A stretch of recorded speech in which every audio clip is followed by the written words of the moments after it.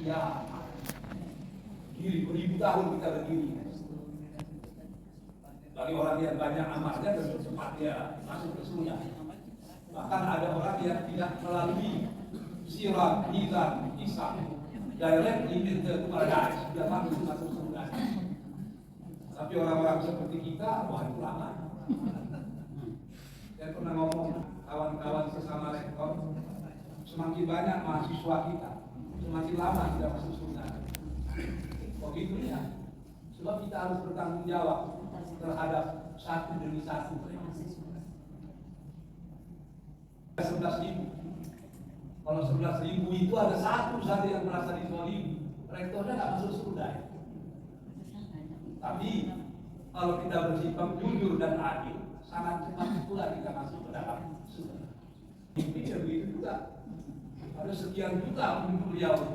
Kalau semuanya merasa dilayani, oh cepat sekali beliau masuk surga. Tapi kalau ada yang dizalimi, oh cepat pula masuk neraka. Maka satu-satunya orang yang mendapat perlindungan oleh Allah di hari kiamat itu nomor satu itu siapa? Imamun adil. Pemimpin yang adil. Sab'atun yadulluhumullah fi dhillihi yauma la dhilla illa dhilluh. Itu yang pertama siapa? Imamun adil, pemimpin yang adil. Anak-anak kita dididik secara adil, cepat kita masuk surga. Tapi kalau ada anak yang kita anggap lebih tinggi dari anak-anak yang lain, itu bahaya di akhirat. Kalau sampai ke situ dia takut kita jadi pemimpin sebetulnya, memperlambat kita masuk surga. Tapi kalau kita berupaya berbuat baik, cepat pula kita masuk ke dalam. Bukan tamadzulah untuk muannas, tapi menyatakan syiddah, keras. Zal-zal amat seperti kelompok yang mirip-mirip yang ada di Uni Emirat Arab sekarang lah. 12 jam hujan, semuanya lumpuh. Bandara penuh, datang Popang, gedung-gedung berserakan. Itu baru kiamat kecil. Kalau zalzalah itu lebih terjadi. Jadi banyak sekali ayat-ayat yang berbicara tentang kiamat, al-qari'ah, zalzalah, apa lagi? Yang tentang kiamat itu banyak, luar biasa. Berita besar tentang kiamat. Karena pemahaman dan keyakinan orang di Arab pada waktu itu adalah setelah mati selesai. Tak ada itu hari berbakti, the day of judgment, dia after, tak ada. Rasulullah datang, dia ngomong kalau sesudah kehidupan ini ada kehidupan yang lain. Kematian itu tidak lebih dari pintu gerbang menuju kehidupan yang abadi. Oh itu ribut itu manusia. Masa iya? Udah dari tulang belulang kita hidup lagi, ya akhirnya menghidupkan dari pergerakan. Padahal kami Allah menciptakan dari yang tiada saja, jadi small matter kecil. Apalagi menciptakan yang sudah ada. Orang-orang yang berpahaman filsafat materialisme itu tetap juga tidak mengakui adanya hari kiamat. Hidup ada di dunia ini, life just for fun. Hidup ini untuk bersenang-senang saja. Begitu kita mati nanti habislah. Maka sebelum mati hiduplah sesuka kita. Maka kelompok-kelompok yang seperti ini, yang free thinker di Eropa itu luar biasa. Tidak mengakui adanya hari kiamat, apalagi surga dan neraka itu tidak diakui. Hidup hanya hidup bersantai-santai. Jadi dengan filsafat materialisme yang menganggap yang ada ini cuma materi. Di luar dari materi tidak ada. Apa itu materi? Sesuatu yang nampak, bisa dilihat, diraba, dirasa, itulah yang ada. Tidak bisa dilihat, tidak ada. Karena hari kiamat tidak bisa dilihat dan tidak bisa dibuktikan, itu juga tidak ada. Azab kubur tidak bisa dilihat dan dibuktikan, itu juga tidak ada. Karena Tuhan juga tidak bisa dilihat dan dibuktikan, maka Tuhan juga tidak ada. Berada di comfort zone, maka komunisme itu tidak laku lagi. Karena orang sudah merasakan kenikmatan sebuah negara, tidak ada yang susah, tidak ada yang terlalu senang.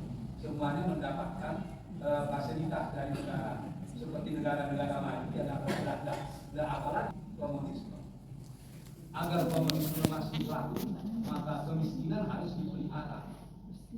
Kalau orang udah nggak miskin, dan malas orang komunisme.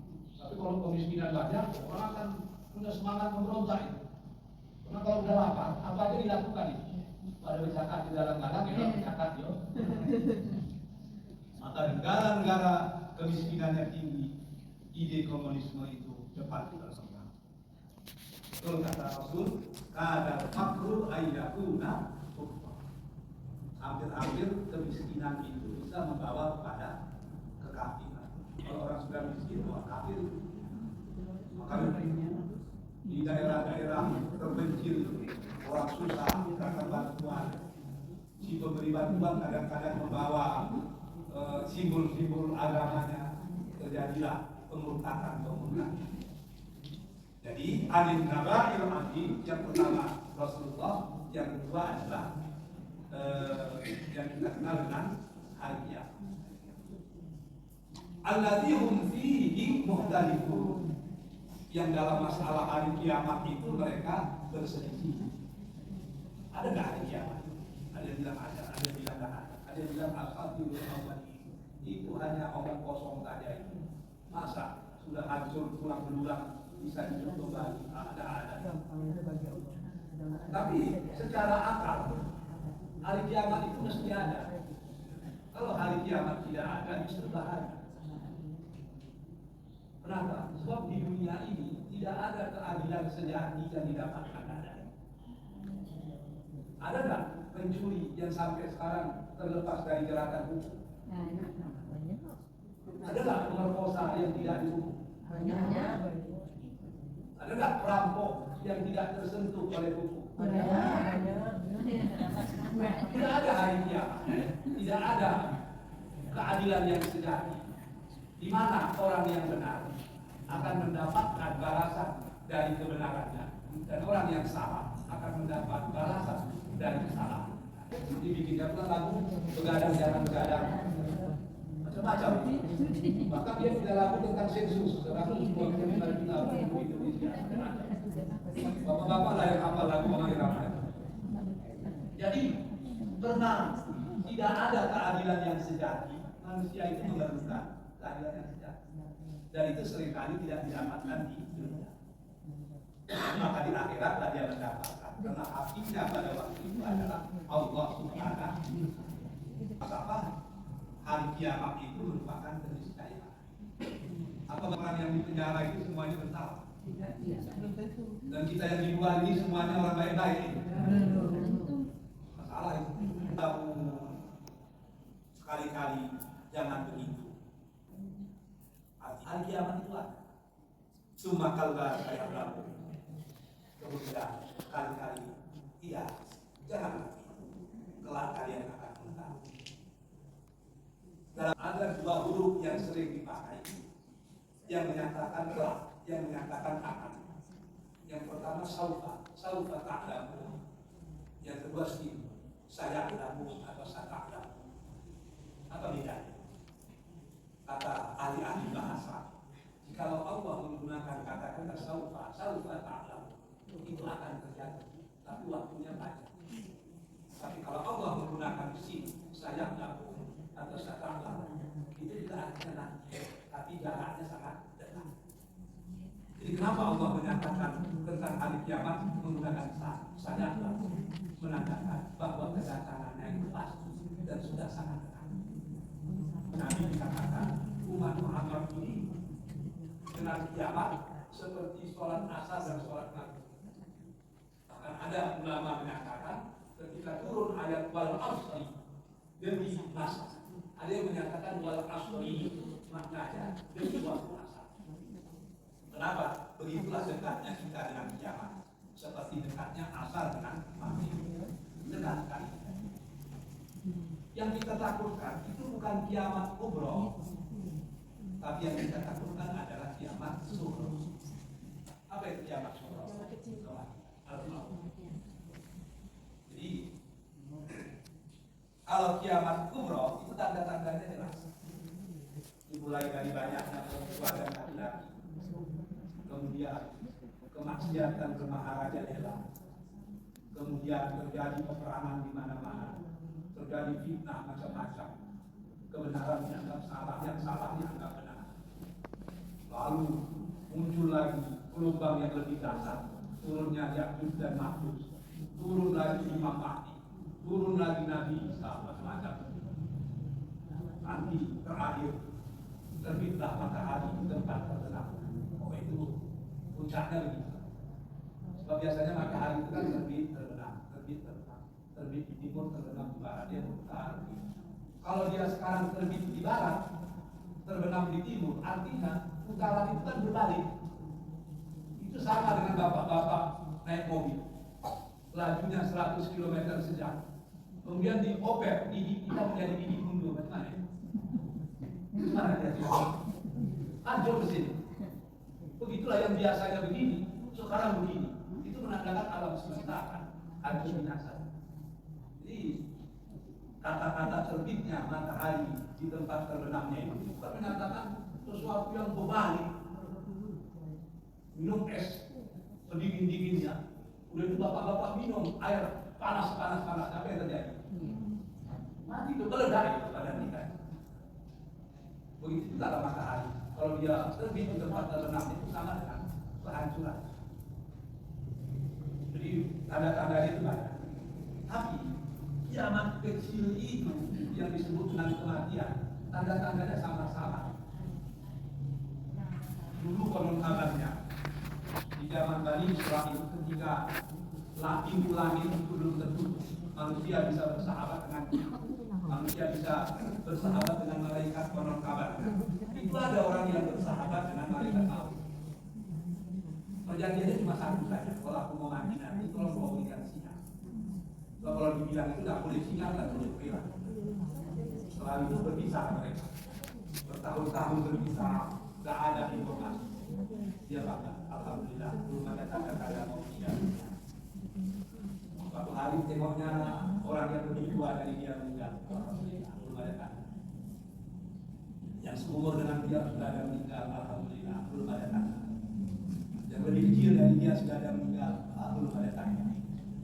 Jiran-jiran sudah ada yang meninggal, belum ada tanda.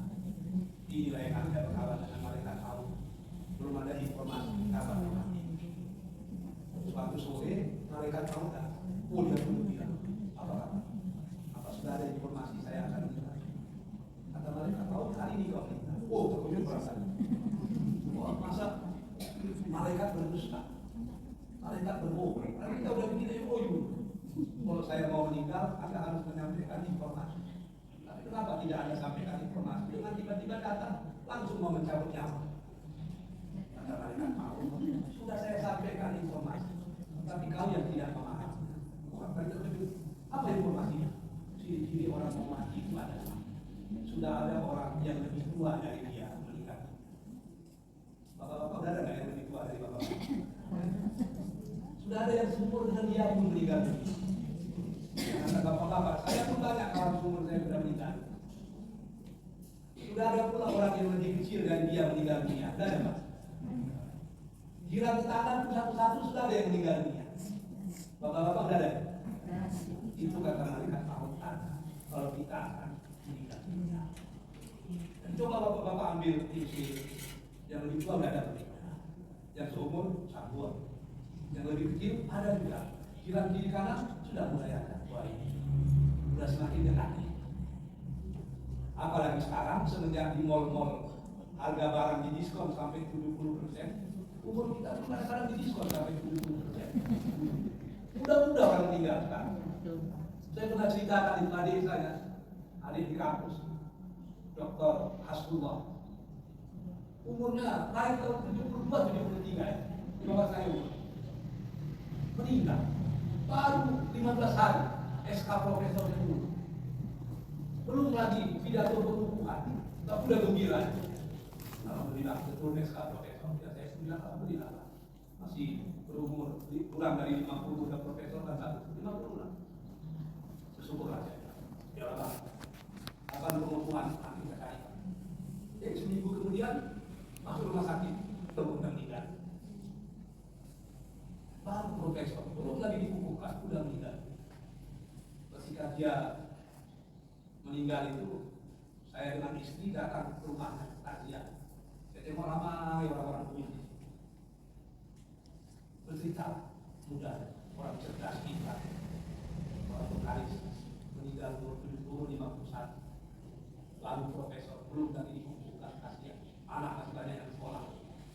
Bagi anaknya yang paling besar, sama-sama digontor dengan anak saya yang paling kecil. Waktu mau pulang, istri saya berbisik kepada saya, ya, ayah tidak usah jadi profesor. Ada banyak profesor yang meninggal dunia. Jadi, kiamat kecilnya kita lakukan. Dia bisa datang kapan saja, di mana saja, dan dalam keadaan bagaimana saja. Ketika orang ragu, apakah hari kiamat itu ada? Allah membuktikan, small matter itu tidak ada lagi Allah. Apa kata Allah? Alam naj'alil arda mihada. Bukankah kami telah menjadikan bumi sebagai hamparan? Bumi terhampar. Dia tidak ada gunung, tidak ada lembah-lembah, tapi dia terhampar. Ahli tafsir menyatakan maksud terhampar itu manusia bisa berhenti, manusia bisa bercocok tanam, manusia bisa bersama padi. Kalau dia terjal seperti bukit-bukit di Arau misalnya, bagaimana bertani? Tidak ada hamparan, tapi Allah jadikan bumi itu terhampar agar kita bisa berusaha. Wal jibala autada, dan kami jadikan gunung-gunung sebagai pasak. Ternyata kalau tidak ada gunung, habis bumi. Fungsi gunung itu sebagai pondasi, sebagai tiang, sebagai pasak. Dengan adanya gunung, maka buminya akan stabil. Maka di tempat yang banyak gunung, itulah yang paling sering berpadu. Karena fungsi dari gunung menstabilkan bumi dari gempa. Sama dengan rumah sakit. Yang paling banyak orang sakit di mana?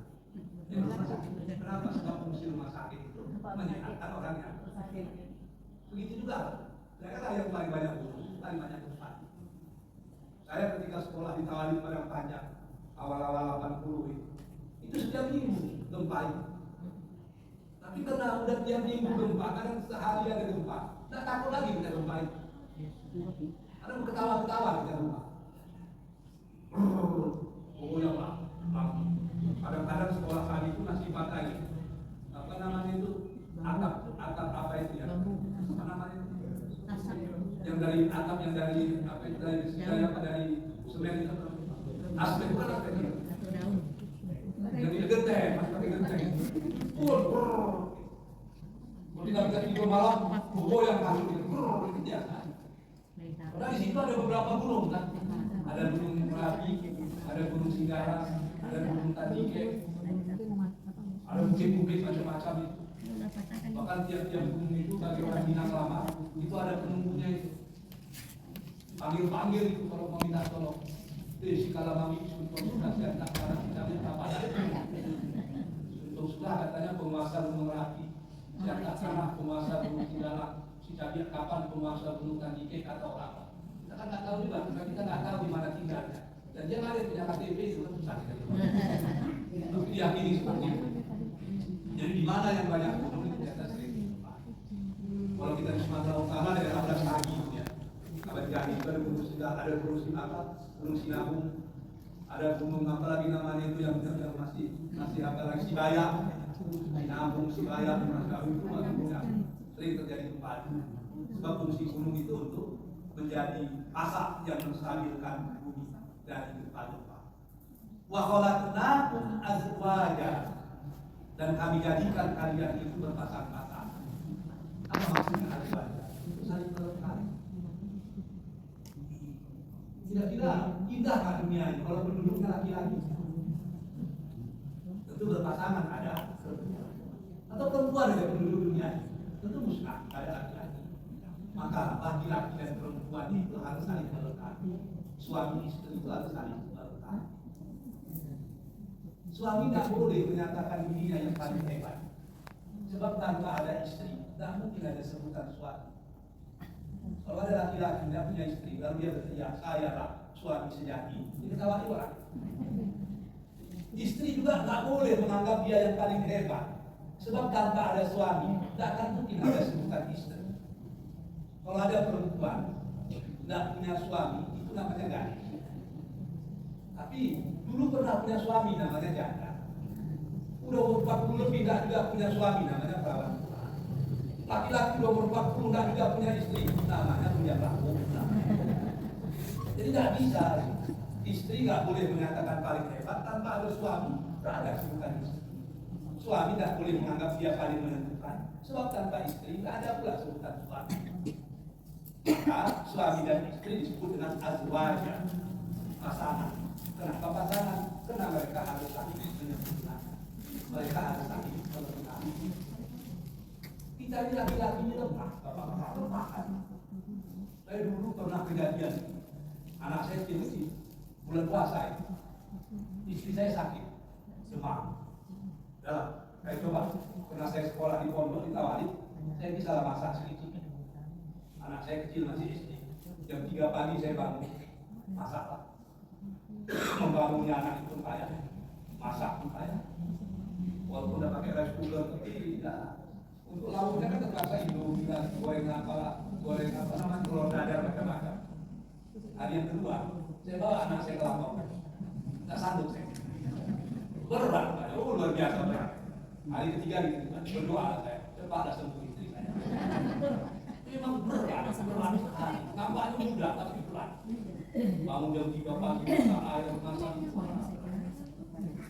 Jadi, makanya itu terpaksa kami tadi. Dia tidak bisa menyelesaikan dirinya.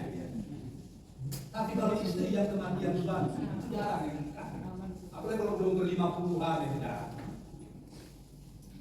Ada jiran sebelah saya, beberapa bulan yang lalu juga istrinya. Ketika meninggal ini saya bilang, tidak baik laki-laki sendiri, karena tidak akan sanggup masuk ke menjaga diri. Oh, banyak setia dengan istri saya. 12 hari yang lalu dia berbisik ke saya mau menikah lagi Ustaz. Tidak sanggup bapak-bapak, kalau perempuan kuat. Makanya anak kalau ibunya meninggal itu melarang. Sebab ayahnya akan menikah lagi macam-macam. Tapi kalau anak ayahnya yang meninggal itu selamat. Makanya anak-anak yatim itu selamat. Kalau orang Batak suaminya meninggal dia tidak menikah lagi. Anaknya itu dijaga-jaganya betul-betul. Maring-maringnya pun jadi dia. Tahu maring-maring? Kalau bapak-bapak pergi ke pasar sayur, saya kalau ceramah di pasar sayur, saya memang jam 4:30 saya sampai, saya tegak di jalan itu, datang orang-orang Batak, jual sayur-sayur. Kadang-kadang cabai itu jongkok-jongkok deh, bawang itu jongkok-jongkok. Kalau kita hitung-hitung modalnya nggak sampai 200.000, tapi jongkok-jongkok. Orang lalu ditawarkan, ambil sombong sekian. Berjualan di tepi-tepi jalan, dengan modal yang sangat sedikit itu namanya maring-maringgi. Orang Batak itu hebat, maring-maringgi. Tapi anaknya jadi mendidik anak. Orang Minang pun itu nih. Kalau perempuannya apa, ditinggal suami, kecil-kecil anak itu bergibah. Tapi kalau suami meninggal istrinya apa? Anak sering apa? Sering menderita. Maka ketika saya bahas dulu orang tanya dengan saya, definisi anak yatim itu apa? Saya bilang orang kematian ayah. Pak Ustaz, orang kematian ayah itu lebih aman daripada orang kematian ibu. Apakah orang kematian ibu itu tidak disebut juga anak yatim? Saya tidak menjawabnya. Jadi kita diciptakan berpasang-pasangan untuk saling. Saya walaupun Ustaz, kadang-kadang muncul juga malas sih. Jam 3 pagi mau sholat tahajud, nantilah. Tapi kalau udah istri kita membangunkan, ayah sebayang, itu terpaksa berdiri. Kalau ngantuk pun mandi. Itu kalau udah istri yang ngomong itu lain itu, terpaksa itu. Canggih itu. Kalau udah istri yang menegur, jadi saling melengkapi, saling mengingati. Kok kemuki sama mendaki, kok penulah sama menurut, kok merumpik sama kaya, kok menurut sama ikan, adu sama dimakan, tidak adu sama ikan. Terlancang sama makan angin, terturuki sama makan angin.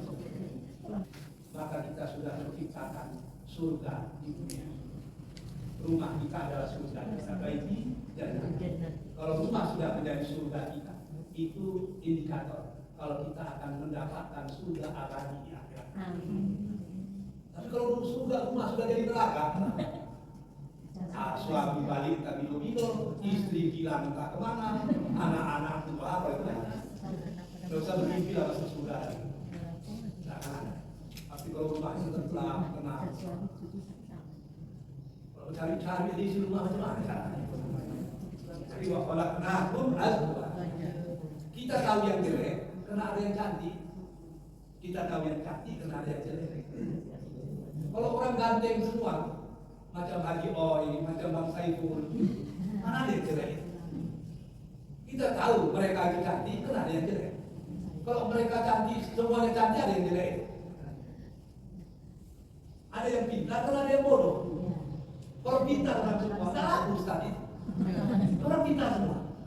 Maka harus ada yang pintar. Ada nampak ya. Maka ditanya orang kepada Luqmanul Hakim, dari mana Anda tahu akhlak? Dia bilang dari orang yang tak berakhlak. Dari mana Anda tahu kebaikan? Dari orang yang tidak baik. Karena dia tidak baik, maka saya jaga diri saya agar tidak melakukan yang tidak baik. Makanya harus saling melengkapi. Kurang perempuan menjaga rumah, kurang pakak menunjukkan bagian. Orang butuh meniup langsung. Kan ada apa ya? Ada falsafah. Tidak ada seorang pun yang tidak bermanfaat. Semuanya memiliki kelebihan masing-masing. Wa khalaqnakum azwajan. Saya rasa itulah yang bisa kita sampaikan ayat yang ke-8 dari surah An-Naba. Insyaallah pada pertemuan yang akan datang kita akan sampaikan. Sebelum ditutup, kalau ada yang ingin bertanya, silakan. Assalamualaikum warahmatullahi wabarakatuh.